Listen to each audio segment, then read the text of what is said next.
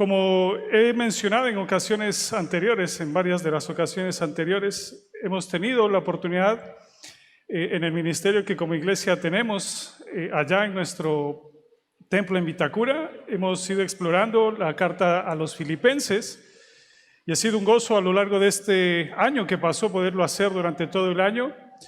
Y también tenemos la oportunidad de, en ocasiones como esta, compartir con ustedes aquellas exposiciones. Sí, es un gozo poder ir a esta carta a ser enseñados por el apóstol Pablo, y es donde les invito puedan abrir sus Biblias en tanto que introducimos lo que habremos de ser enseñados de esta carta. Estamos en el primer capítulo, lo hemos estado viendo en las últimas ocasiones, y para que podamos tener un contexto de lo que vamos a escuchar, el apóstol Pablo se encontraba en este momento en el que escribe esta carta en la ciudad de Roma.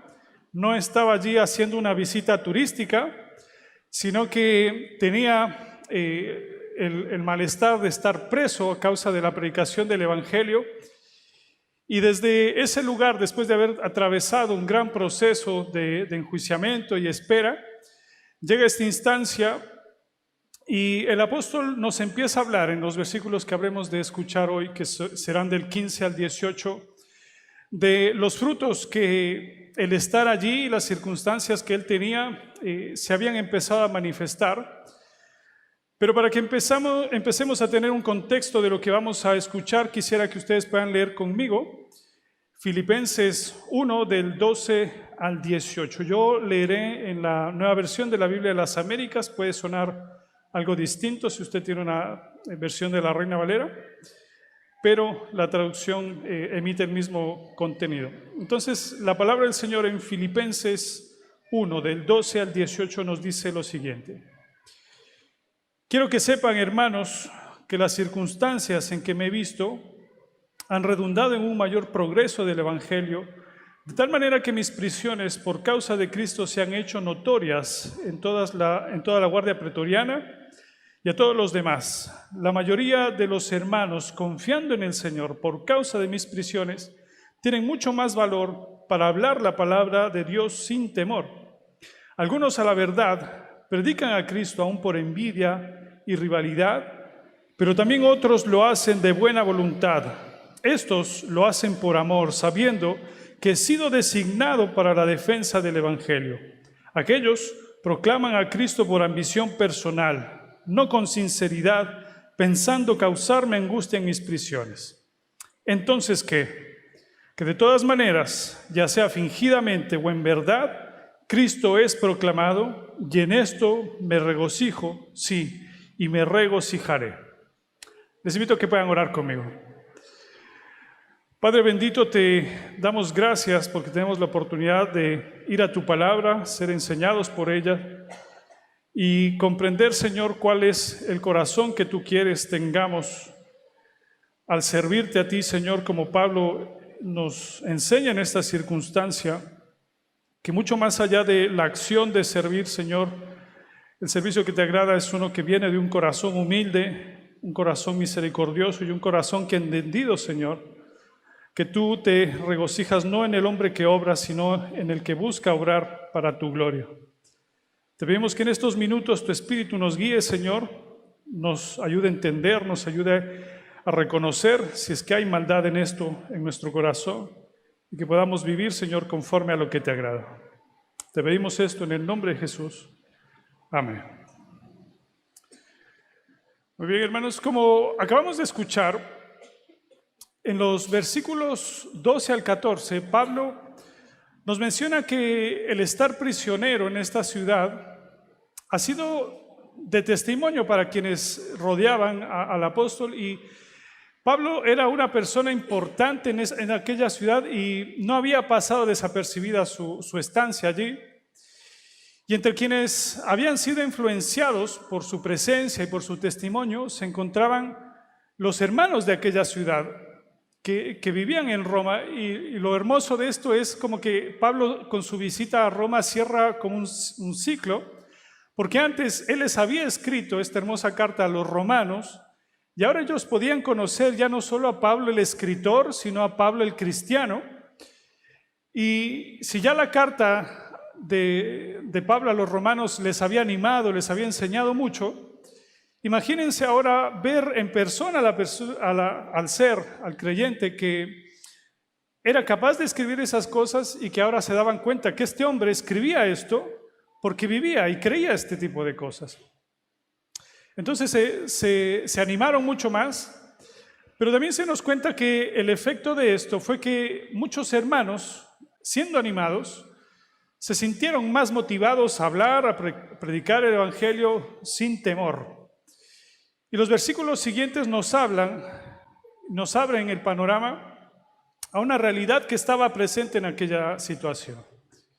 Y eso es lo que desarrollaremos en estos minutos. Del versículo 15 al 18, Pablo escribe esto, demostrándonos que no todos los hermanos habían asumido este compromiso de predicar el Evangelio con las intenciones correctas. Es decir, muchos de los que se motivaron para predicar, Pablo dice, es cierto, muchos predican, pero debemos reconocer que varios de ellos lo hacen por una razón equivocada o con una motivación en su corazón que no es la que agrada a Dios. Y eso nos ayuda a considerar algo, que la gente, el mundo, ha estado en desacuerdo con el cristianismo a lo largo de toda su existencia prácticamente.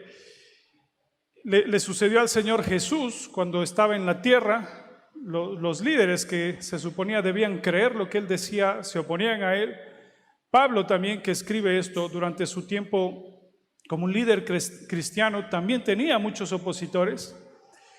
Y esto no era una sorpresa para ningún creyente de aquel tiempo. El Señor Jesús mismo dijo, si el mundo os aborrece, sepan que los aborrece porque también antes a mí me ha aborrecido. Entonces, este tipo de oposición no es una sorpresa para el creyente. El asunto es que el tipo de oposición que Pablo está resaltando no es solamente de afuera. Mucha de esta oposición venía de líderes religiosos, personas judías, líderes paganos, pero la iglesia recién formada experimentaba críticas lamentablemente también desde adentro de la iglesia, y no sé si eso le suena algo familiar en su experiencia. La crítica de muchos que estaban dentro de la iglesia estaba dirigida hacia personas de la misma comunidad o de la misma iglesia, a menudo atacando a aquellos que eran más capaces, a aquellos que eran más desenvueltos en el liderazgo, aquellos que habían alcanzado cierta notoriedad por el tipo de dones que el Señor le había dado. Y esta era la triste condición que Pablo ahora está diciendo. Y lo triste de esto es que una de las experiencias más desalentadoras para el corazón de un siervo de Dios es ser acusado falsamente por sus hermanos en la fe, y en especial por los consiervos de la iglesia, ¿sí? El dolor es profundo cuando en el ministerio de alguien esta persona es difamada, malinterpretada, criticada injustamente por consiervos que también son predicadores, que también son ministros del Evangelio. Y esta era la situación por la que Pablo estaba atravesando en Roma, donde algunos de los líderes de aquella iglesia, se nos dice, para oponerse a él, no vieron mejor instrumento que predicar el Evangelio, pero como él mismo nos dice, lo hacían por envidia, lo hacían por contienda. El pasaje de Filipenses 1, 15 al 18 revela una verdad que es atemporal, que resuena en el profundo del corazón de los creyentes a lo largo de la historia, y es el hecho de que en este fragmento el apóstol aborda el desafío de enfrentar a los detractores dentro de la iglesia, aquellos que a pesar de proclamar el mensaje de Cristo lo hacen con motivaciones quizás egoístas o motivados por rivalidades. Y esta problemática, aunque era específica en el contexto del apóstol allí en Roma, resalta una lucha constante que hay entre los seguidores de Cristo, y esta es la tentación de perder la vista de la centralidad del mensaje divino en medio de las aspiraciones personales y de las discordias personales e internas. Sin embargo, el apóstol también no solo nos dice que había este problema, sino también nos da una solución clara a recalcar la supremacía del mensaje por sobre el mensajero. Y el apóstol con el testimonio de su actitud frente a esta situación nos insta a nosotros como creyentes a regocijarnos siempre en la proclamación de Cristo, independientemente de las motivaciones de aquellos que lo predican. Y este pasaje sirve como un faro para nosotros, como una guía, recordándonos la importancia que tiene en el momento de extender la proclamación del Evangelio, la importancia que tiene la humildad, la sinceridad y sobre todo el amor en la predicación del Evangelio hacia el resto de nuestros hermanos, y cómo a través de estas virtudes podemos superar las rivalidades y centrarnos en el propósito eterno de exaltar a nuestro Señor. Y solamente el hecho de que Pablo sea capaz de anotar este tipo de cosas y no omitirlas, porque, bueno, Pablo tenía tiempo para escribir y podría decir, voy a escribir una carta que deje a la iglesia lo mejor parada posible. Si un no creyente lee esta carta, podrá decir, bueno, no hay ningún tipo de problema dentro de la iglesia, pero las Escrituras son constantes en incluir este tipo de cosas, mostrar las imperfecciones que hay en medio del pueblo de Dios. El Antiguo Testamento es un ejemplo total de esto. Y Pablo constantemente también deja imágenes de esto, y lo que nos enseña es que pueden haber problemas dentro de una iglesia, pero que el espíritu que debe motivar al pueblo de Dios debe ser el de Cristo, y solamente ese espíritu es el que nos ayuda a asumir cómo resolver esos problemas, como el Señor obra a través de Pablo. Y voy a mencionar mucho el nombre de Pablo y su actitud, porque esto es lo que los versículos nos dejan ver. Pero antes de empezar el análisis de esto, debemos entender de que no estamos predicando a Pablo, sino la obra que el Señor hace en el corazón de este hombre, la obra que el Señor es capaz de hacer en nosotros, en medio de circunstancias que puedan ser semejantes y que nos pueden enseñar cómo asumir las dificultades que hay dentro del pueblo de Dios. Entonces, vamos a volver al texto, y un primer punto que nos resalta todo esto que acabo de mencionar, de introducir, nos enseña que se puede hacer lo bueno aún teniendo motivaciones malas. Se puede hacer lo bueno aún teniendo motivaciones malas. Y no es una justificación de esas motivaciones, pero sí es una demostración de la realidad de que buenas cosas se hacen, pero no siempre nacen de un corazón que está dispuesto a hacer el bien. Por eso Filipenses 1:15 nuevamente nos dice, algunos a la verdad predican a Cristo por envidia y contienda, pero otros por buena voluntad. Pablo dice a la verdad, es decir, esta es una clase de paréntesis, un breve giro en el tema que Pablo ha venido mencionando en los versículos anteriores y que es el tema de toda la carta, que es el gozo. Y en esencia lo que Pablo está queriendo decir cuando dice a la verdad, es decir, hay que asumir esto. Pablo está diciendo, soy muy consciente de que no todo funciona como debería funcionar en la iglesia. No soy ingenuo en que lo que tiene que ver con los motivos de unos pocos pastores o evangelistas o incluso siervos dentro de la iglesia no está motivado siempre por lo correcto. Sé que hay personas que predican a Cristo o que sirven a Cristo por envidia o contienda o por otras motivaciones equivocadas. Y esto nos ayuda a entender lo que está sucediendo. El considerar que el momento en el que Pablo llega a la iglesia de Roma, imagínense a Pablo llegando a aquella ciudad, ya tenía cierta reputación en medio de toda la iglesia en el mundo, ya les había escrito antes, sabían quién era Pablo, y ahora imagínense a los hermanos recibiendo a Pablo ya con toda esta antelación, pero esta iglesia ya existía antes de que esté el apóstol allí. Mucho antes, no sabemos quién fundó la iglesia, pero estaba allí. Y por lo tanto, casi sin lugar a dudas, es lógico pensar que habían ciertos predicadores que habían adquirido también cierta reputación en medio de los hermanos. Habían líderes destacados hermanos que tenían cierta popularidad en medio de los demás por su estilo de predicación, por sus capacidades y los dones que habían recibido, es evidente.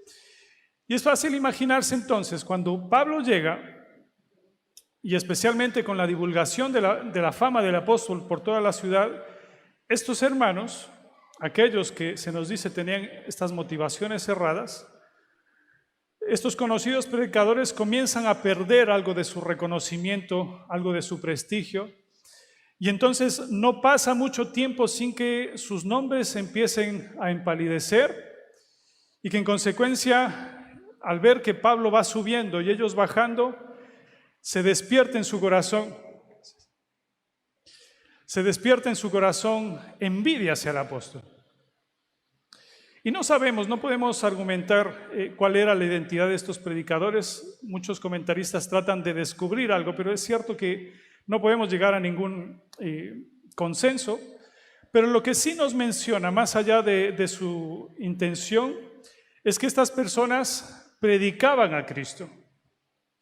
Y aquí hay veces que podemos sacar algo de lo que no se dice y tratar de entender qué es lo que hay entre las palabras. Entonces, Pablo no menciona nada malo de ellos más allá de sus intenciones, y cuando dice el tipo de su predicación, dice que predican a Cristo. Entonces, el problema no se centraba con el contenido del mensaje de estos hermanos, por lo menos no en primer lugar o no en tal acento que Pablo tenga que mencionarlo como lo hace en otras instancias, sino que se trataba de las motivaciones de estos hombres para predicar a Cristo. Todos aquellos en los que Pablo piensa proclaman a Cristo, ¿no? En ningún momento, tanto los que lo hacen de buena gana y de los que no, todos ellos predican al Señor. Y ellos son sus embajadores y lo proclaman con autoridad y públicamente como el único nombre dado a los hombres por el cual podemos ser salvos. Y hasta donde se puede entender el texto, en ninguno de estos predicadores se resalta algún tipo de falsa enseñanza. Ninguno de ellos, por ejemplo, concede alguna importancia indebida a la obediencia a las leyes como un medio de la salvación. O ninguno de ellos que son mencionados en estos versículos predica otro evangelio o a otro Jesús, como sí Pablo resalta en otras instancias, como por ejemplo cuando les escribe a los Corintios. Pero a pesar de todo esto, Pablo, aun cuando tienen el mensaje correcto, el Cristo correcto, el evangelio correcto, Pablo resalta que no todos lo hacen con el motivo correcto, y esa es la cuestión. Y por eso, considerando esto, Pablo divide a los predicadores de Roma en estos dos grupos. Ha tenido este tipo de problemas el apóstol en el pasado cuando se han levantado personas que quisieron hacerle daño mediante una clase de ministerio que pretendía no ser un complemento, sino una rivalidad del ministerio del apóstol. Y ahora menciona que en ese momento estaba sucediendo lo mismo y habían aparecido personas a las cuales Pablo no era de su agrado. Y en respuesta al apóstol entonces predican a Cristo. Y lamentablemente las intenciones principales no eran glorificar al Señor, sino no perder su popularidad, no perder su poder, su alcance, su fama. Y el apóstol, si nos podemos fijar de los versículos 15 al 18, describe a estas personas mediante 6 actitudes, 6 maneras en las cuales su corazón se manifiesta en estos hombres. Y resumidamente, el versículo 15 nos dice que actuaban por envidia y también en rivalidad y contienda. El versículo 17 nos dice que actuaban por ambiciones personales, es decir, por un fuerte impulso para que el éxito personal estuviera por sobre todo, sin inhibiciones. También nos dice el mismo versículo que no actuaban con sinceridad y producto de esto pensaban incluso hacerle daño al apóstol con sus motivaciones. Y finalmente el versículo 18 nos dice que actuaban fingidamente. Nuevamente, el que Pablo hable de este tipo de actitudes en medio de creyentes nos habla de la realidad que puede tocarnos también a nosotros, de que podemos sentirnos motivados al servicio por varias razones. y varias de esas razones pueden ser las equivocadas. Y cuando sentimos el deseo de servir, un buen ejercicio es examinar mi corazón y preguntarme qué es lo que me está motivando a servir. ¿Es el deseo de ejercer los dones que el Señor me ha dado para ponerlos al servicio de Dios y al servicio de la iglesia? ¿O es porque quiero alcanzar algún tipo de prestigio, aun cuando sea pequeño, aun cuando sea local dentro de una iglesia? Quiero sentirme reconocido, por lo menos por unos pocos. Es necesario, siempre que nos sintamos motivados a servir a los demás, considerar y examinar y oponernos a los deseos de nuestro corazón y no permitirnos servir hasta el momento en que, digamos, mi corazón se siente motivado a servir porque amo al Señor Jesús, porque amo a su iglesia y me gozaré en demostrar ese amor a través del servicio. Lamentablemente, en el corazón de estas personas no estaba este planteamiento. Y vamos a rápidamente ver varias de estas palabras que Pablo tiene para estos hombres, analizarlas y ver qué es lo que nos enseñan de estas personas. Pablo nos dice primeramente en el versículo 15 que ellos actuaban nuevamente por envidia. Y esta envidia era el deseo en el corazón de ellos de privar a otros, no solamente a Pablo, sino a cualquier otro que se ponga en el camino, les estorbe, de privarles de lo que les corresponde, ya sea por derecho, ya sea por designación, ya sea por dones que han recibido. Este tipo de envidia se manifiesta cuando deseamos que los que tienen algo no lo tuvieran, o si es que lo tienen, no lo tengan en mayor cantidad que nosotros. Y eso es lo que podemos ver, por ejemplo, en la muchedumbre judía, motivada por los líderes judíos. Ellos tenían envidia del Señor, de que ellos dicen, todo Israel se va detrás de Él. Y también los jefes de los sacerdotes, al llevar al Señor Jesús delante de Pilato, Pilato se da cuenta de que ellos querían hacer esto por envidia. Entre las muchas demostraciones que Pablo menciona de la impiedad del corazón del ser humano cuando escribe Romanos 1, en el versículo 18 él incluye la envidia como una de las manifestaciones de la impiedad del corazón. Pablo dice en Romanos 1:18, toda impiedad e injusticia de los hombres que detienen con injusticia la verdad. Y dentro de la descripción que más adelante da, se menciona la envidia, junto con la avaricia, los homicidios, los engaños, las malignidades, contiendas, murmuraciones y otros pecados graves. Y es que el actuar frecuente de nuestro corazón, si es que le damos rienda suelta y no nos oponemos a nuestra carne y a los deseos que se oponen a la verdad, demuestran que somos propensos a sentir envidia. Pablo le recuerda esto a Tito cuando le escribe en Tito 3:3. Nosotros también éramos en otro tiempo insensatos, rebeldes, extraviados, esclavos de concupiscencias, de los deleites diversos, viviendo en malicia y envidia, aborrecibles y aborreciéndonos unos a otros. También cuando les escribe a los corintios, él trata de ayudarles a dejar ese tipo de naturaleza de su corazón. Y también Pedro resalta que debemos meditar en nuestro corazón para deshacernos por el poder del Espíritu de toda malicia, todo engaño, toda hipocresía y envidias y de todas las detracciones, dice 1 Pedro 2:1. Y esto es importante que nos planteemos, que seamos conscientes de la realidad de nuestro corazón tendiente a sentir envidia.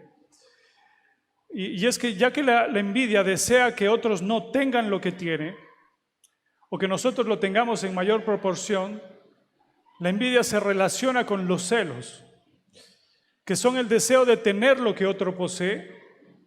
Y según el contexto que Pablo nos está describiendo aquí, es probable que estas personas sintieran envidia y además celos del apóstol.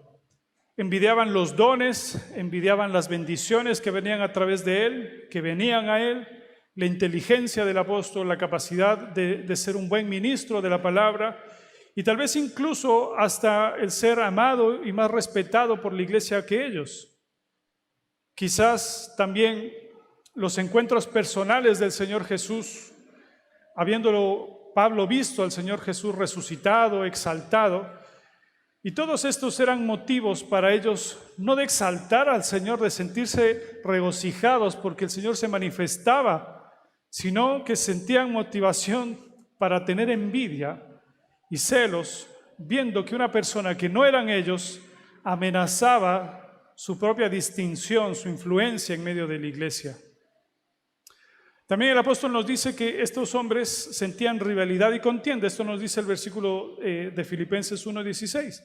Los unos anuncian a Cristo por contención, no sinceramente, pensando añadir a mis prisiones, aflicción. Aquí el apóstol se refiere a la contención, particularmente con un espíritu de enemistad. Es increíble que un ministro mirara a Pablo como un enemigo más que como un compañero en la fe. Y como en este caso, el término se relaciona muchas veces con la envidia y los celos que precedían a la descripción de Pablo. Al igual que con otras pasiones pecaminosas como la avaricia y la malicia, la envidia conduce frecuentemente a la rivalidad, a la hostilidad, al conflicto. Y esto nos destaca algo importante. Es que el propósito de Pablo al enfrentar este asunto, al tratar de comunicar esto a la iglesia, no era ganar para él simpatía, que se compadezcan de él, y mucho menos vengarse de sus detractores, sino más bien su deseo era hacer notar que la fidelidad en el ministerio no solo incluye una sana doctrina, sino una sana motivación. Realmente, la fidelidad en el ministerio no solo incluye una sana doctrina, sino también una sana motivación. En la iglesia han existido siempre aquellos cuyo servicio se motiva en gran parte por sus deseos de superar a otro, de igualarse a otro, de compararse con otro. Y de ahí que se ofendan cuando otros son más capaces, cuando tienen más frutos. Resulta inevitable que estas personas terminen generando contienda, teniendo envidia y causándole así gran daño a la iglesia de Cristo.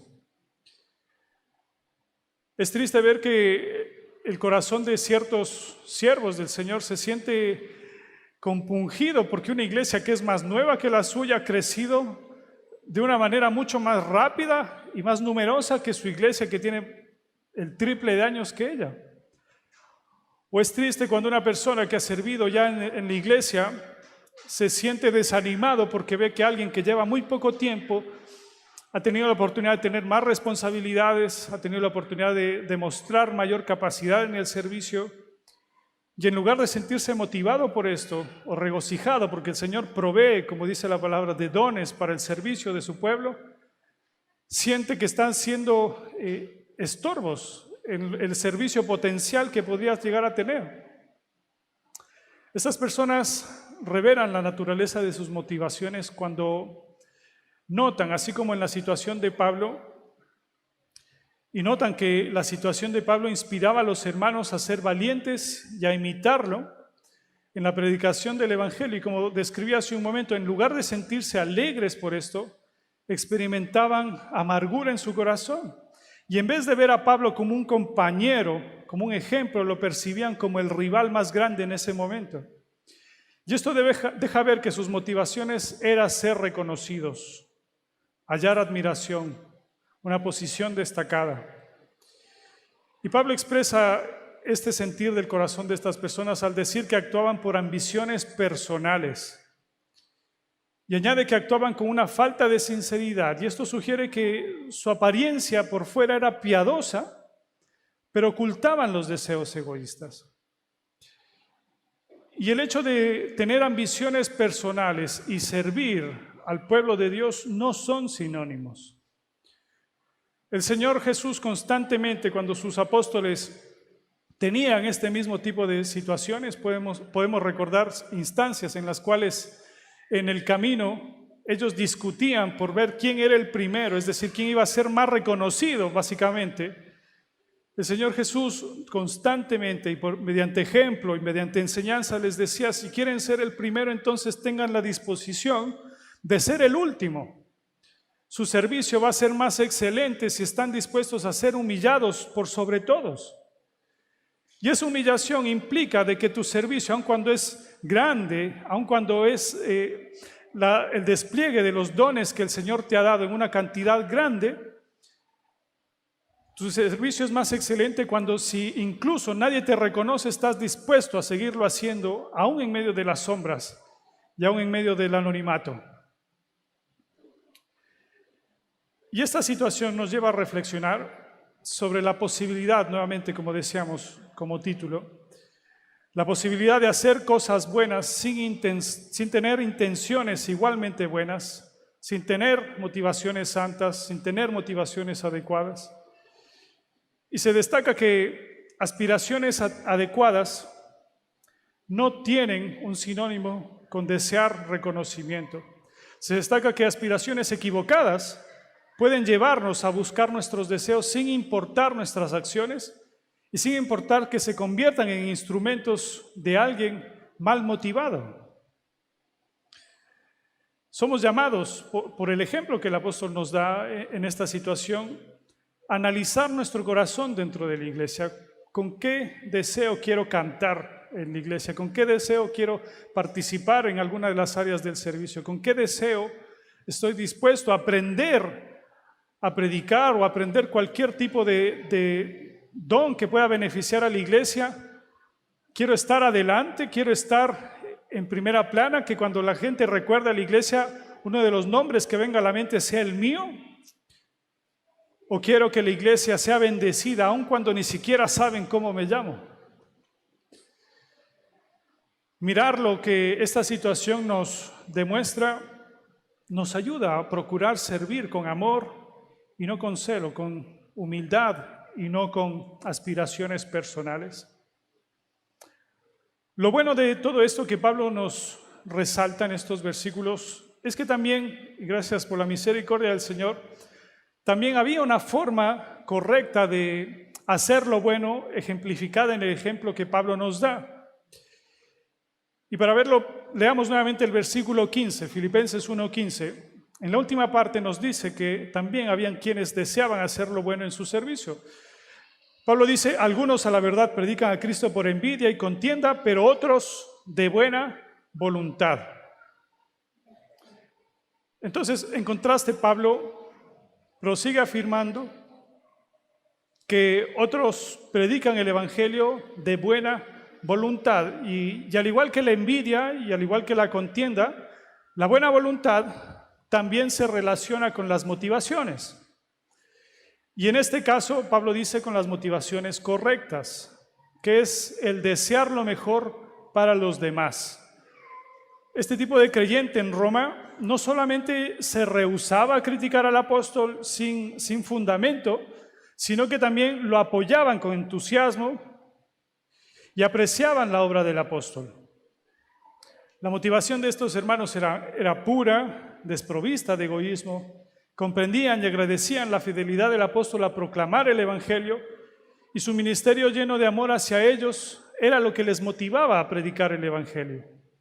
Y a diferencia de estos otros hermanos, detractores, estos últimos que obraban de buena voluntad, predicaban a Cristo por amor. Y eso es lo que Pablo resalta en los versículos 16 y 17. Los unos anuncian a Cristo por contención, no sinceramente, pensando añadir aflicción a mis prisiones, pero los otros lo hacen por amor, sabiendo que estoy puesto para la defensa del evangelio. Solo unos años antes de escribir estas palabras, el apóstol Pablo había atendido un tema semejante en la primera carta a los Corintios, en 1 Corintios 13, estos versículos muy famosos. Del 1 al 3 nos dice, si yo hablase en lenguas humanas y angelicales y no tengo amor, vengo a ser como metal que resuena o címbalo que retiñe. Y si tuviera profecía y entendiese todos los misterios y toda ciencia y tuviera toda la fe, de la manera que trasladase los montes y no tengo amor, nada soy. Y si repartiese todos mis bienes para dar de comer a los pobres, y si entregase mi cuerpo para ser quemado y no tengo amor, de nada me sirve. Y aquí nuevamente resaltamos esto, que puedo tener las capacidades más impresionantes provistas por el Señor, pero si no lo hago por amor al Señor y por amor a su pueblo, como Pablo repite constantemente, de nada me sirve. Puedo hacer milagros y bendecir a otra persona, pero de nada me sirve si no lo hago con amor. Puedo tener las capacidades más grandes, entender los misterios de la fe, conocer la teología lo más acertadamente posible, pero si no lo hago con la motivación correcta, soy un estorbo para la iglesia porque no nos sirve. Es más, es un impedimento para que el verdadero amor o el verdadero evangelio sea ejemplificado en la vida de las personas, demostrando que el verdadero conocimiento logra verdadera transformación y esa transformación se ve ejemplificada en un corazón distinto al que el mundo conoce. Sin un espíritu y sin una motivación de amor, nada que se haga en el nombre del Señor, aun si lo hacemos en el nombre del Señor, ya sea predicar, enseñar, dirigir, servir, de la manera más ortodoxa, reformada o convincente, nada de todo eso, si es hecho sin amor, le agrada a Dios. Y el Señor no cambia con el tiempo. En la antigüedad también era capaz de decirle, no quiero sacrificios a su pueblo. Aun cuando el Señor había instaurado el servicio mediante ciertos rituales, Él les decía, pero no es esto lo que busco. No quiero que vengan a mí y hagan las cosas, sino que vengan a mí motivados por lo que deben ser motivados. Y este mismo sentir busca el Señor en su pueblo, que si le servimos, lo hagamos porque le amamos y no porque queremos algo de Él. Pablo nos dice que este segundo grupo de hermanos actuaban así por amor, y el contexto parece indicar que este amor que Pablo menciona en estos versículos no se refiere en primera instancia hacia Dios, aun cuando claramente amaban a Dios, sino que se manifestaba de un amor hacia el apóstol. Es decir, los creyentes motivados por la buena voluntad amaban sin duda al Señor y al prójimo, pero aquí se pone de relieve su amor por el apóstol. Ellos tenían un interés genuino y una preocupación sincera por el bienestar personal de los hermanos, así también como del apóstol, y así también como del alcance del ministerio. Y sabían que no estaba en prisión el apóstol porque había pecado de alguna manera, aunque sea de una forma oculta, Dios lo estaba castigando, y estaban seguros de que no estaba allí por su infidelidad, sino más bien por su lealtad al Señor. Sabían también que no estaba allí por su fracaso, porque su ministerio había llegado al final, sino que también estaba allí como fruto de un éxito magistral del Evangelio. Tampoco sabían que estaba allí porque se derivara de algún error en la historia de la vida del apóstol, sino que directamente se derivaba de la voluntad de Dios que Pablo estuviera allí. Estos creyentes sabían que Pablo había sido escogido por Dios para la defensa del Evangelio y estaban agradecidos por su fiel obediencia a ese llamado, una obediencia que les comunicaba abundantes bendiciones espirituales. Sabían lo que Pablo dice en el versículo 17, leyéndolo nuevamente, sabían ellos que él había sido puesto para defensa del Evangelio.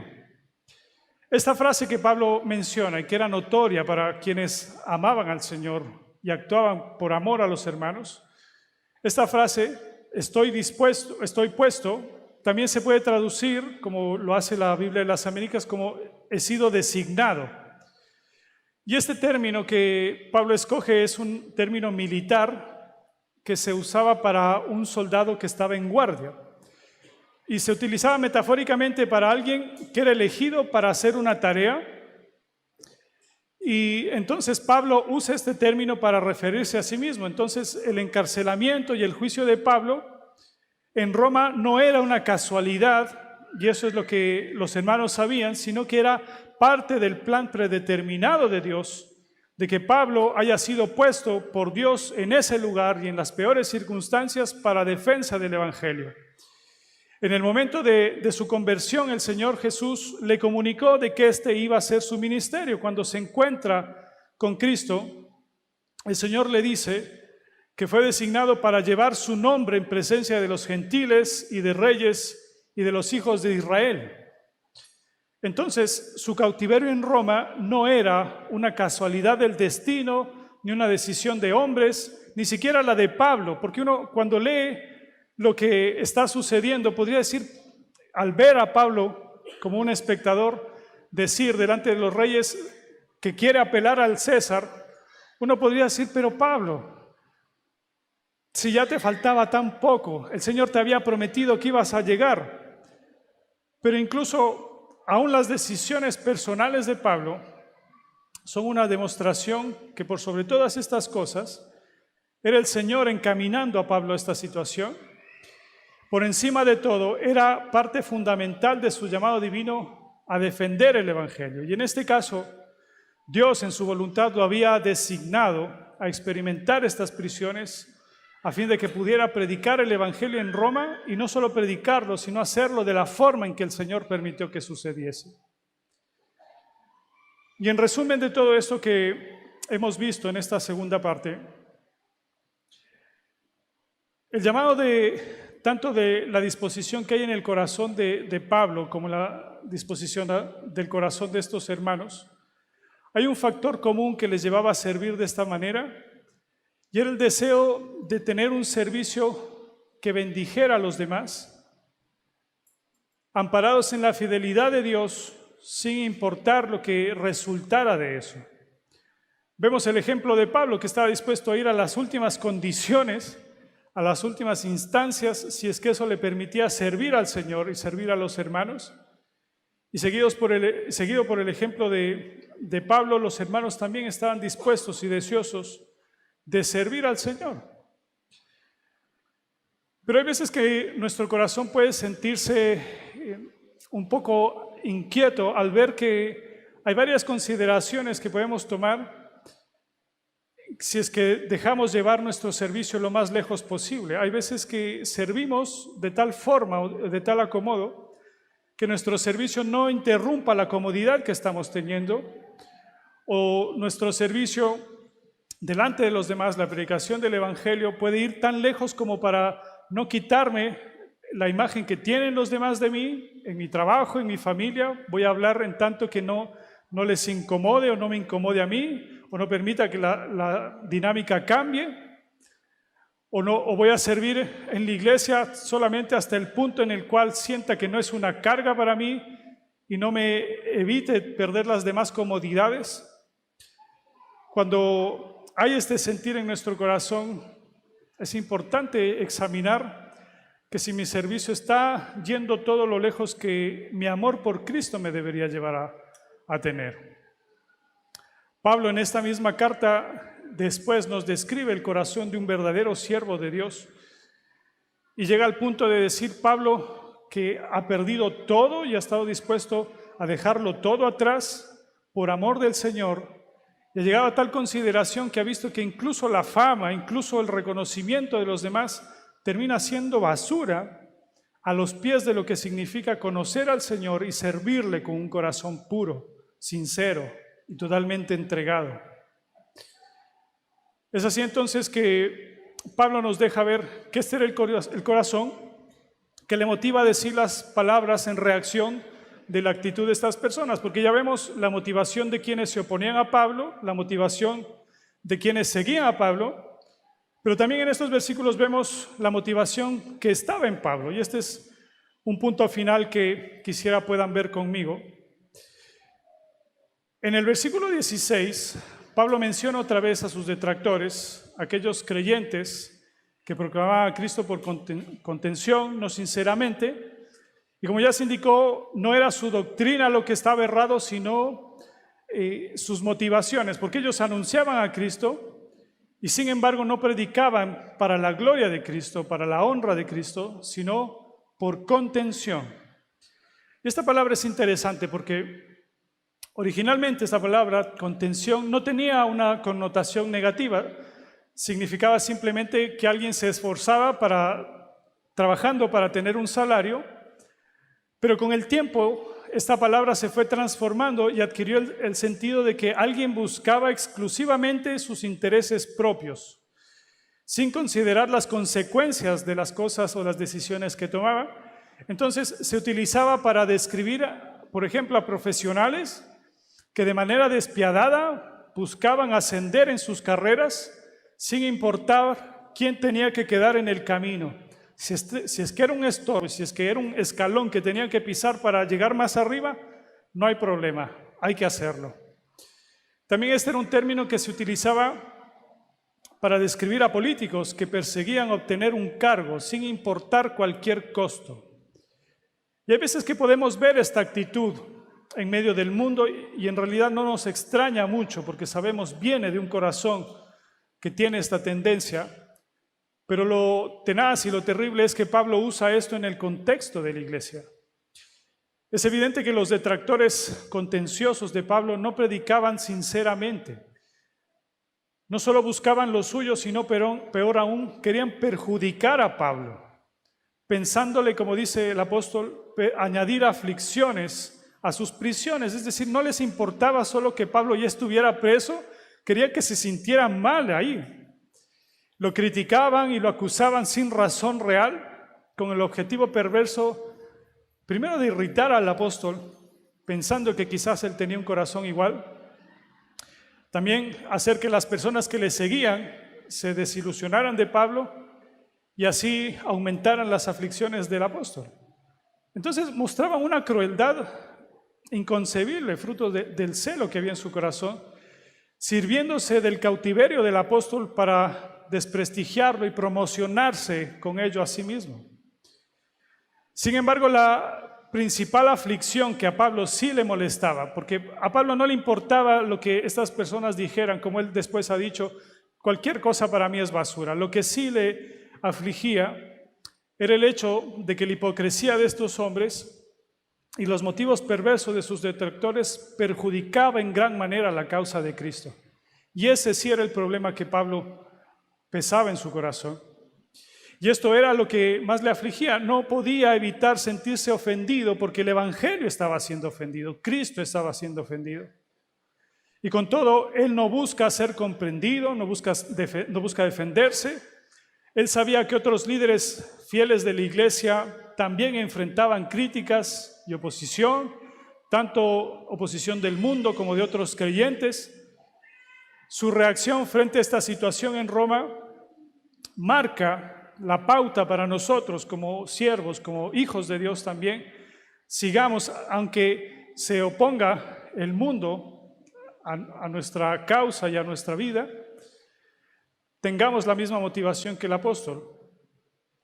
Y esta motivación la leemos en el versículo 18, que nos dice que pues, que no obstante, de todas maneras, o por pretexto o por verdad, Cristo es anunciado, y en esto me gozo y me gozaré aún.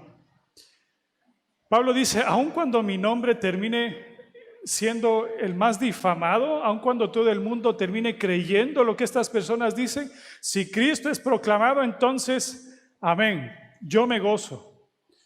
Porque mi intención no es la suya, sino mi intención es que Cristo esté arriba, que sea conocido por los romanos. Entonces, si estas personas, aun si tienen motivaciones equivocadas, hacen que Cristo sea conocido por otras personas, entonces yo me gozo. Él ve la situación con una amplitud más allá de sí mismo, ya que estos hombres envidiosos predicaban el verdadero evangelio y aun cuando tenían motivaciones equivocadas por causa del verdadero evangelio, había personas que se salvaban. Y entonces Pablo dice, ¿qué pues? Y responde, aún de todas maneras, Cristo es predicado y en esto me gozo. En otras palabras, si ha sido provechoso por la causa de Cristo, incluso por pretexto de sus detractores envidiosos, puedo gozarme porque Cristo es anunciado. Aunque la principal motivación de los detractores no era exaltar a Cristo para ganar almas, sino exaltarse a sí mismo y ganar reconocimiento, él no tenía amargura. Aunque no felicitaba la actitud de estas personas, sabía que el Dios soberano honraría el Evangelio, a pesar de que el mensajero estaba equivocado, el mensaje era el correcto. Y si Cristo era anunciado, el Señor en su soberana voluntad permitiría que aún en medio de estos siervos infieles e indignos, Cristo fuera anunciado y fuera recibido por otros. Y esta era la realidad que llenaba de gozo al apóstol.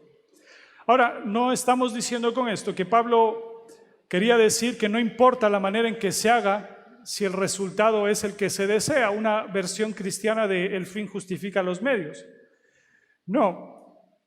El énfasis está en que exaltar a Cristo está por sobre toda aspiración personal, ya sea buena o mala, por sobre los deseos de Pablo o los de sus adversarios. Es Cristo quien merece la gloria y es el camino que el Señor va a hacer que todo torne para que Cristo sea exaltado.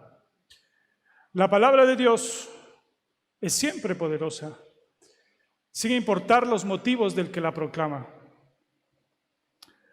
Lo último que deseaba, por ejemplo, el profeta Jonás, era que Nínive se arrepintiese por su predicación, pero el mensaje era el correcto.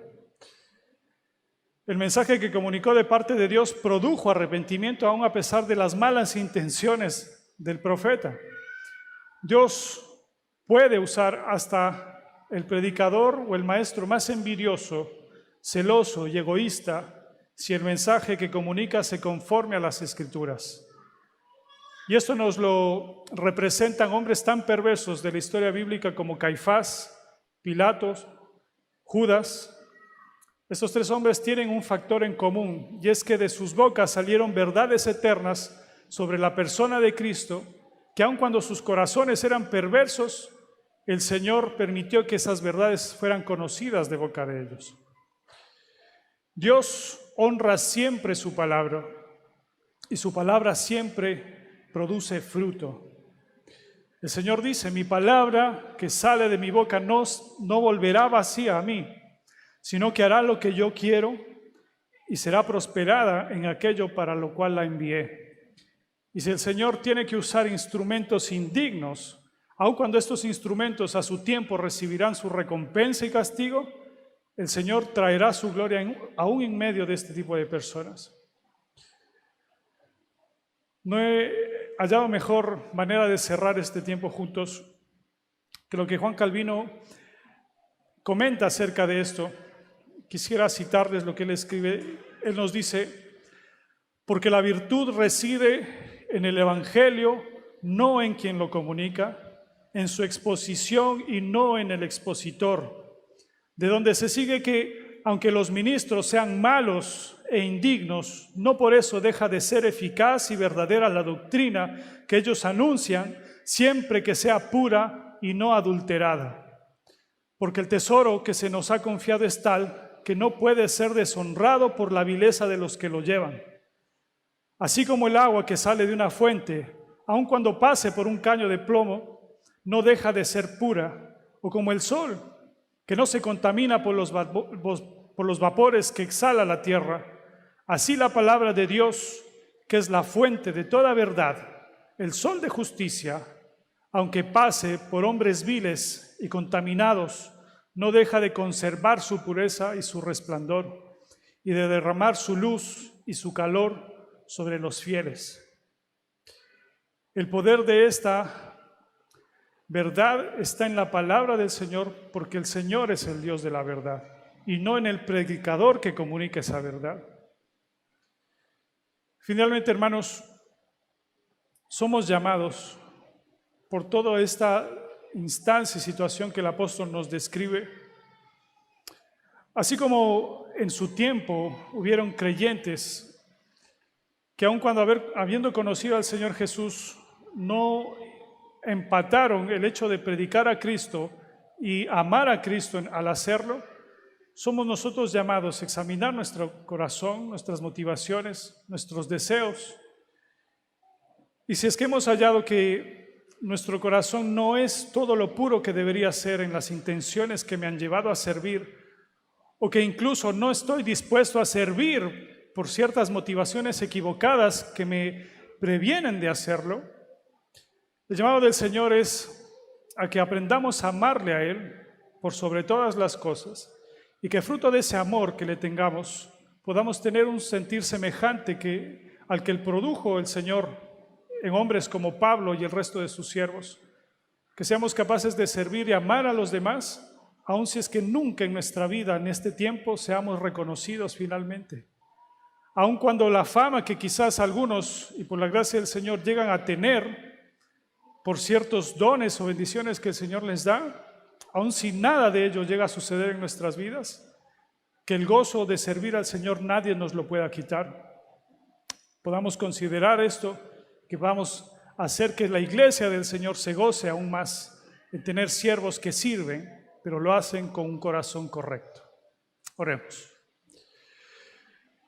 Bendito Dios, te damos gracias, Padre, porque por tu palabra entendemos que en tu amor y tu consideración por tu iglesia tú has dado, Señor, hombres que podemos considerar como dones, los cuales provees para bendición, para crecimiento de tu pueblo. Y te pedimos, Señor, que nos des un corazón que primero esté dispuesto a amar, Señor, estas provisiones que tú das en tu benevolencia para con tu pueblo, en tu paciencia para con tu pueblo. Pero te pedimos también, Señor, que si tú nos has llamado a servir en cierta área de tu iglesia, si tú nos has llamado, Señor, mediante los dones que provees a cada uno de nosotros, por favor te pedimos que quites de nuestro corazón la motivación equivocada que quizás nos estaba motivando a hacerlo, y que nuestros ojos, Señor, al ver los frutos del servicio, solo estén dispuestos a decir que la gloria sea para ti, Señor, y que aún si es que es necesario que menguemos y que Cristo sea exaltado, que seamos los primeros en estar dispuestos a servir así. Te damos gracias, Señor, en el nombre de Jesús. Amén.